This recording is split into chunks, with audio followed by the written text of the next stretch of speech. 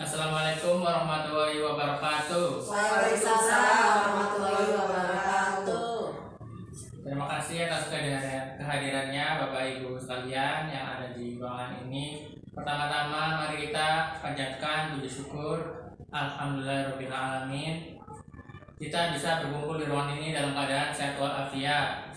Selawat serta salam semoga tetap tercurah limpah kepada Nabi Muhammad SAW. Pada kesempatan kali ini saya akan memaparkan kembali kita belajar bersama hasil pendidikan guru penggerak tentang budaya positif. Apa itu budaya positif? Budaya positif di sekolah yaitu nilai-nilai dan kebiasaan-kebiasaan di sekolah yang berpihak pada peserta didik agar mereka dapat berkembang menjadi pribadi yang kritis, penuh hormat dan bertanggung jawab. Di sini kita melakukan perubahan paradigma Untuk membangun budaya yang positif, sekolah perlu menyediakan lingkungan yang positif, aman dan nyaman agar murid-murid mampu berpikir, bertindak dan mencipta dengan merdeka, mandiri dan bertanggung jawab. Lazimnya disiplin dikaitkan dengan kontrol. Dalam hal ini kontrol guru dalam menghadapi murid.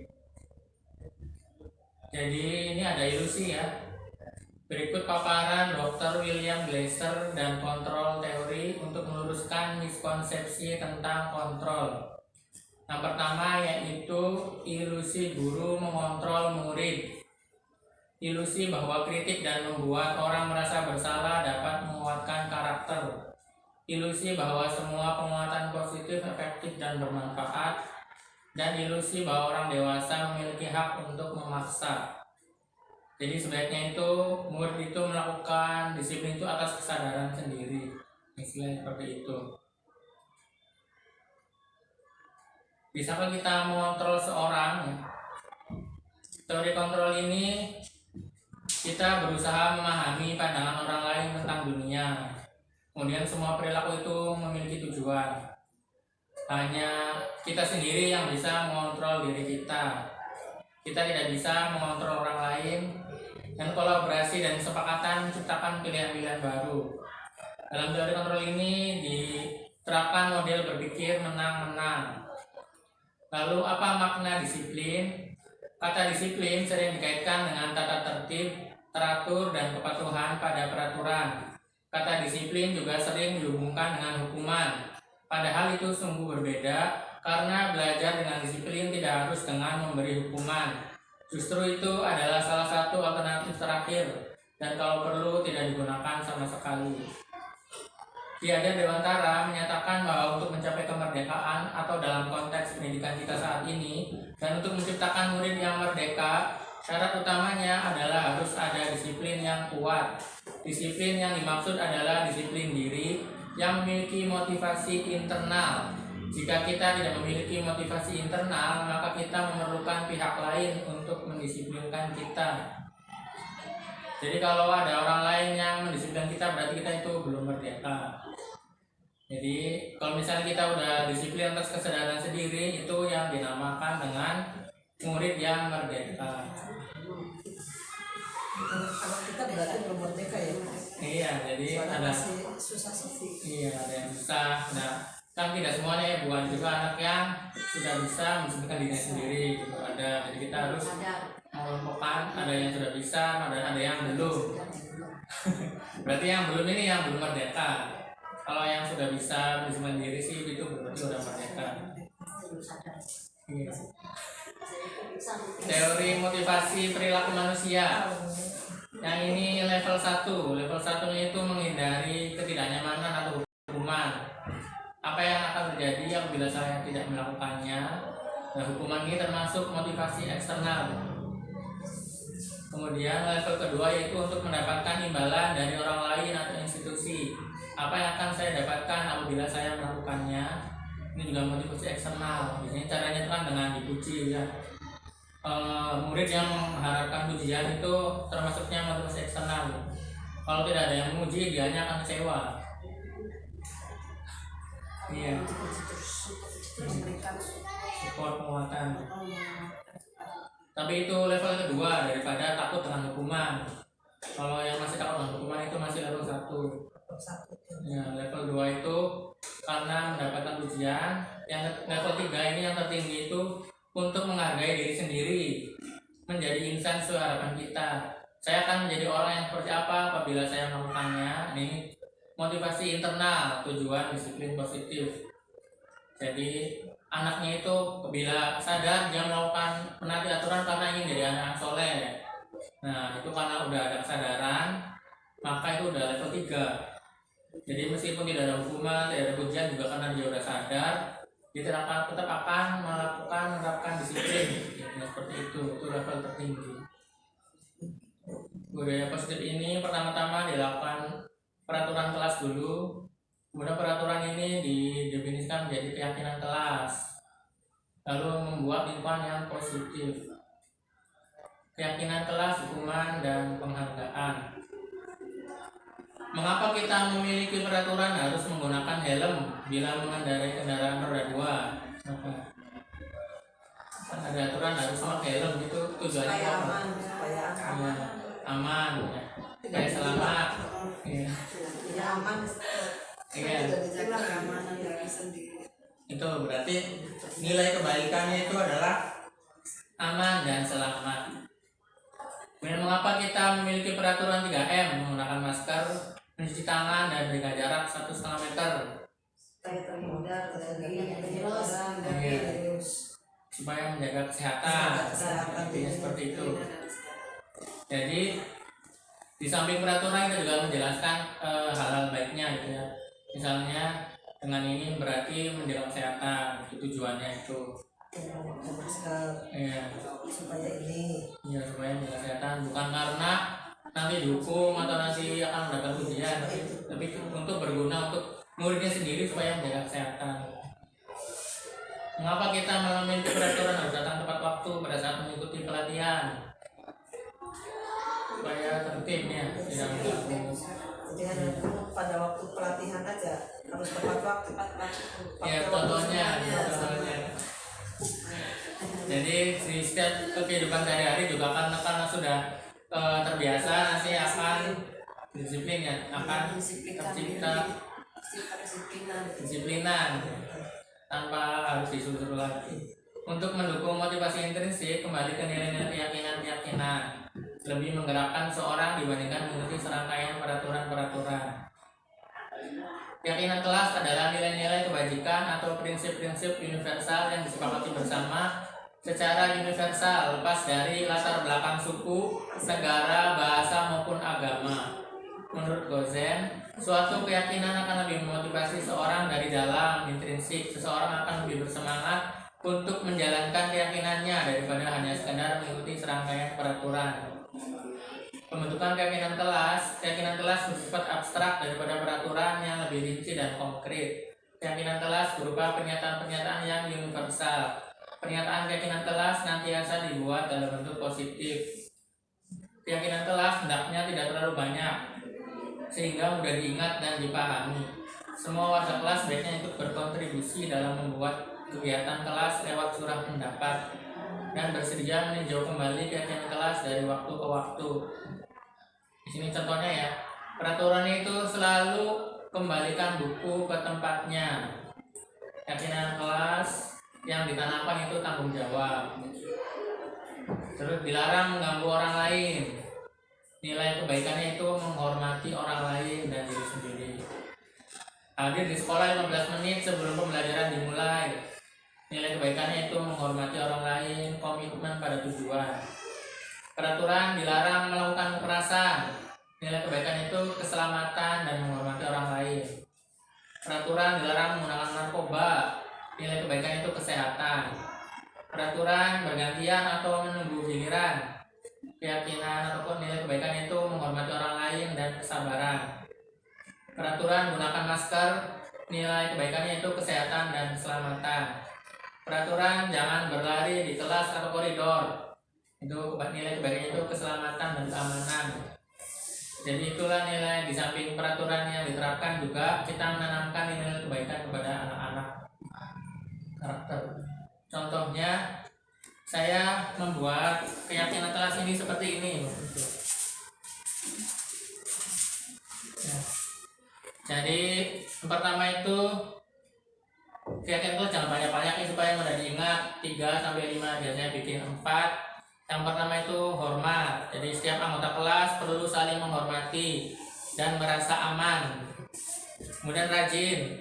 Setiap anggota kelas perlu menjadi dirinya yang terbaik. Jadi harus rajin.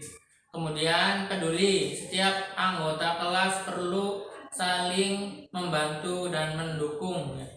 Jadi tidak boleh menghina atau mengolok-olok temannya. Jadi harus saling membantu dan mendukung.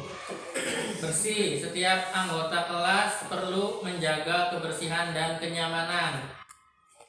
Nah, ini tentunya dengan peraturan ditambahkan dengan nilai-nilai kebaikan atau keyakinan, anak-anak itu bisa sadar gitu, ada kesadaran dalam dirinya untuk melakukan hal-hal yang menurutnya itu baik.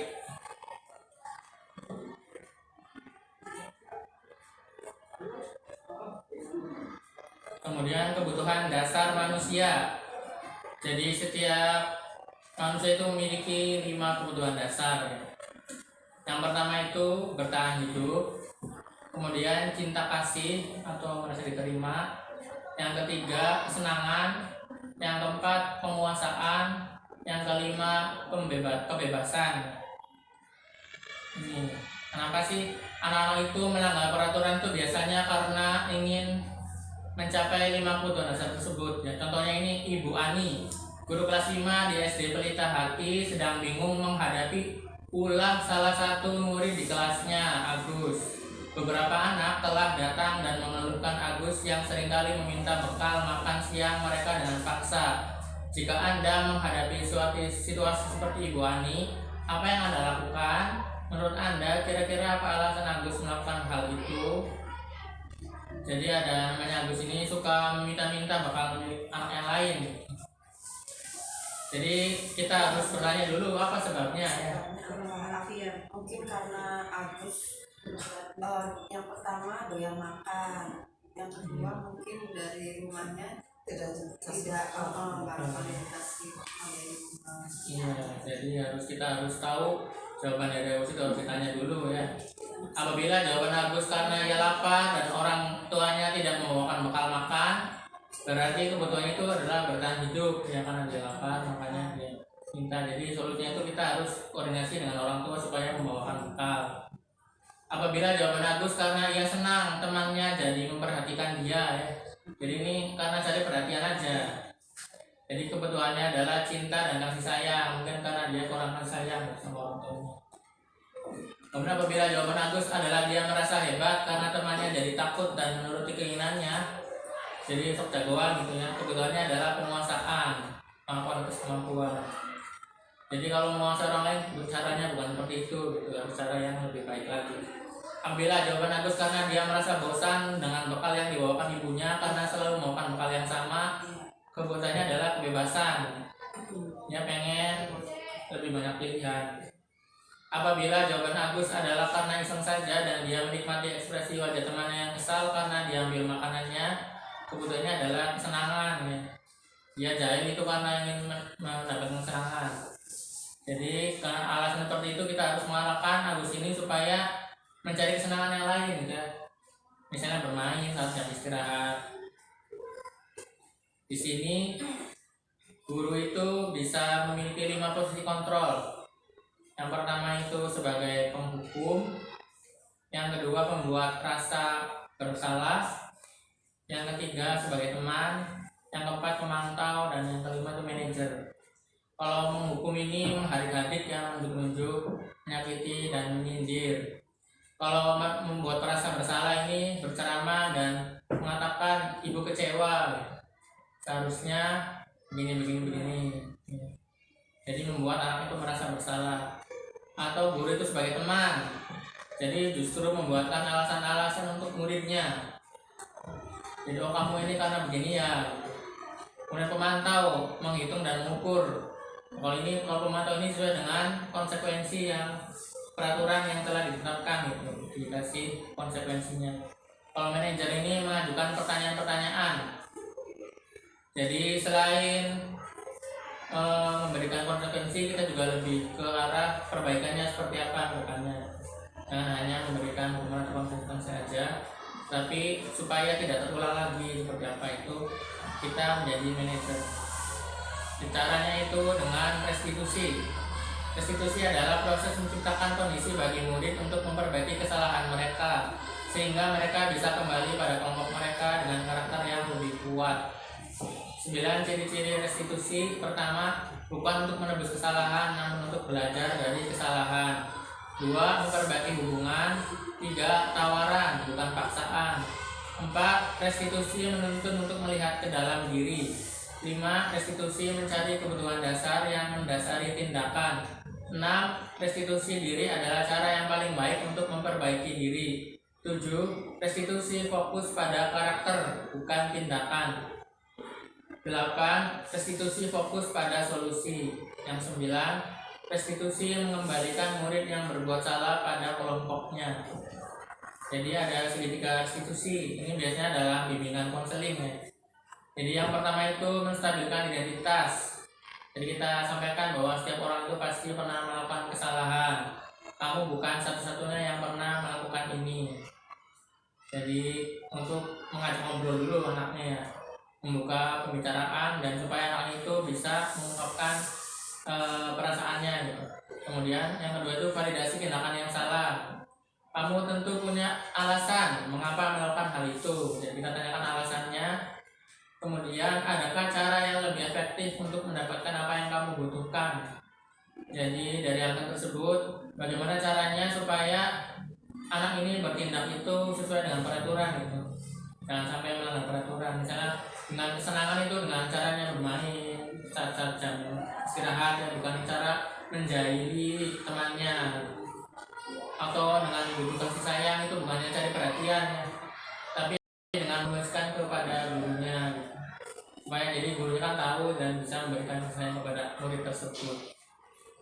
Kemudian nilai apa yang telah disepakati. Nah, untuk keuntungan dari membuat keyakinan kelas itu kita bisa mengingatkan kembali nilai kebaikan ya. Misalnya harus hormat. Kamu itu tadi mengejek teman ya. Apakah itu iya benar atau enggak. Jadi kita jangan salah langsung kamu salah gitu, tapi kita tanyakan dulu kamu itu benar atau enggak. Nanti kalau anak mikir oh itu salah, kamu ingin menjadi orang yang seperti apa, kamu enggak jadi anak yang soleh gitu. Misalnya anaknya yang soleh berarti saya tidak akan melakukan hal itu lagi. Untuk kedepannya nanti supaya berjanji. Iya. Iya, jadi itu adalah suatu proses yang ideal. Jadi kita juga pelan-pelan. Jadi tidak langsung berhasil seperti itu ya. Sudah proses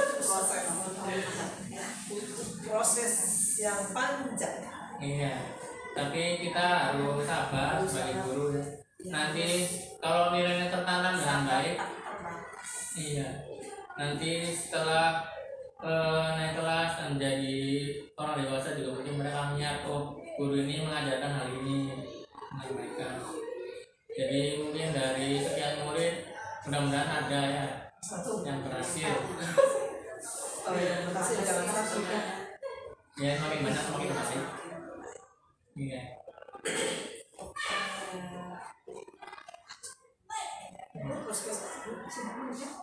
Mudah-mudahan berhasil semua ya. Ya udah sekian. Terima kasih atas waktunya Bapak Ibu. Sama-sama Pak Ibu. Ya. Mudah-mudahan kita bisa menerapkan budaya positif untuk kedisiplinan anak-anak di sekolah kita ya. Amin. Siap Bapak Ibu? Siap. Terima kasih ya. Bapak. Sekian. Wassalamualaikum warahmatullahi wabarakatuh. Waalaikumsalam warahmatullahi wabarakatuh.